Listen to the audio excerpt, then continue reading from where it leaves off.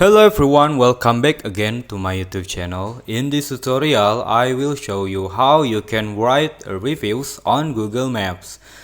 But before I start, make sure to subscribe my YouTube channel. You can give like on my video, leave the comment.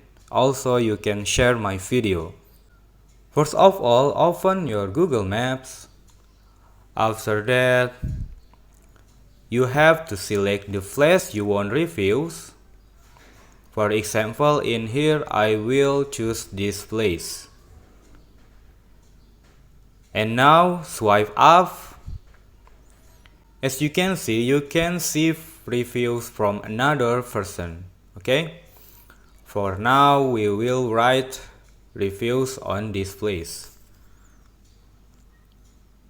I will write